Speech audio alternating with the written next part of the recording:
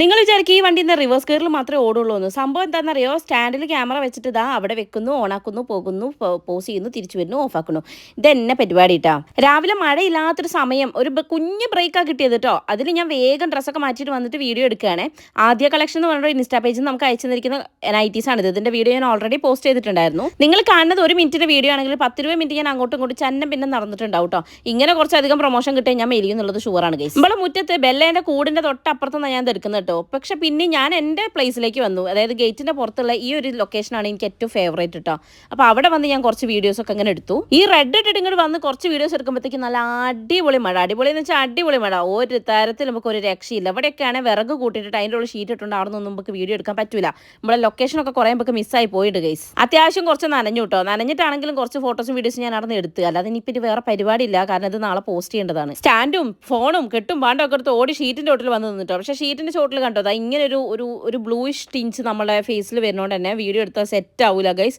ഈ മഴ മാറുന്ന വെച്ചാൽ ഞാൻ കുറച്ചേരം കാണുന്ന കോപ്രായം കളിച്ച് നിന്ന് നോക്കിയിട്ടാ. അന്തരീക്ഷത്തിന്റെ കലി അടങ്ങിയിട്ടില്ല ഗൈസ്. അതെനിക്ക് അനുകൂലമല്ല. ഇനി എന്ത് ചെയ്യും മല്ലയ്യാന്ന് പറഞ്ഞ് കുറച്ചേരം ഞാൻ അവിടെ നിന്നിട്ടാ. മഴ ഒന്ന് ഒതുങ്ങിയിരുന്നെങ്കിൽ ഞാൻ ആശിച്ചിട്ടു. നമ്മൾ പെട്ട് ഗൈസ്, പെട്ട് ഒരു ഷൂട്ടോ ഒന്നും ഒരു കുന്തോ ചെയ്യാൻ പറ്റില്ല. പക്ഷെ ഞാൻ ചെയ്യും. ഞാൻ എങ്ങനെയെങ്കിലും ഗ്യാപ്പ് ഉണ്ടാക്കി ചെയ്യും. അയ്യോ അയ്യോ, എന്നെ കണ്ടാ പറയോ ഞാൻ ഇങ്ങനെ ഒരു ആപ്പിൽ കുടുങ്ങി നിൽക്കുകയാണെന്ന്. ഞാൻ അവിടെ നിന്ന് ആ എക്സ്പ്രഷൻസ് വേറെ വിതറുന്നുണ്ട്.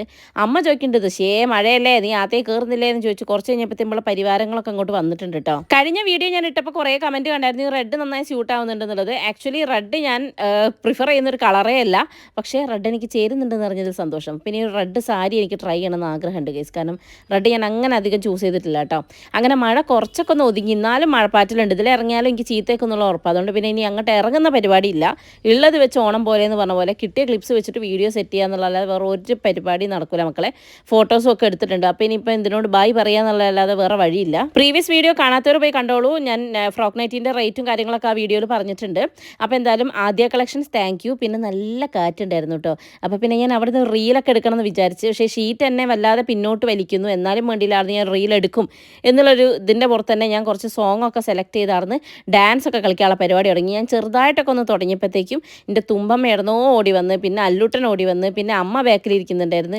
പിന്നെ എല്ലാവരും പാടെ ഒരു ഡാൻസ് കളിച്ച് ഗൈസ്. ഉഷമ്മേനെ വീടിൻ്റെ മുമ്പിൽ കൊണ്ടുവരണം കുറച്ച് പാടാട്ടോ, പിടിച്ച് വലിച്ച് കൊണ്ടുവരണം. പക്ഷേ ഞാൻ നിർബന്ധിച്ച് അങ്ങനെ ഞാൻ അമ്മേനെ എന്താക്കി കൊണ്ടുവന്നിട്ടുണ്ട്. ആ വീഡിയോ ഞാൻ അടുത്ത വീഡിയോ ആയിട്ട് അപ്ലോഡ് ചെയ്യാം കേട്ടോ.